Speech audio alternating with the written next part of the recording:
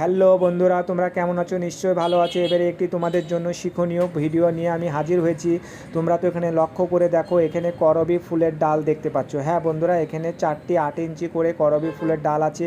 এই করবী ফুলের ডাল থেকে কিভাবে চারা তৈরি করব তোমাদেরকে সেটি আমি দেখাবো। তোমরা ভিডিও শেষ পর্যন্ত থাকো বন্ধুরা, তাহলে তোমরাও শিখতে পারবে।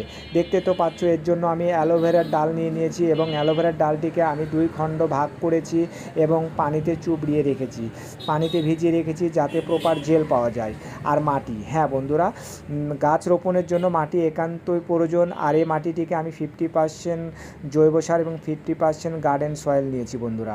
হ্যাঁ বন্ধুরা, তারপর আমি কি করব, এগুলো যে অংশটুকু আমি মাটিতে রোপণ করব সেই অংশটুকু ভালো করে ধারালো একটি ছুরি অথবা ব্লেড দিয়ে আমি সুন্দর করে ছালগুলো তুলে নিয়েছি, যে অংশটুকু মাটিতে রোপণ করা হবে। এরপর আমি অ্যালোভেরার জেল, এই যে দেখতে তো পাচ্ছ, অ্যালোভেরার জেলটা আমি ভিজিয়ে রেখেছিলাম যাতে প্রপার জেল পাওয়া যায়।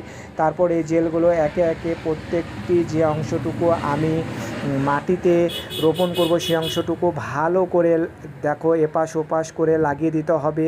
লাগানোর পর এবং উপরের দিকেও একটু লাগাতে হবে। লাগানোর পর অংশটুকু সুন্দর করে মাটিতে রোপণ করতে হবে।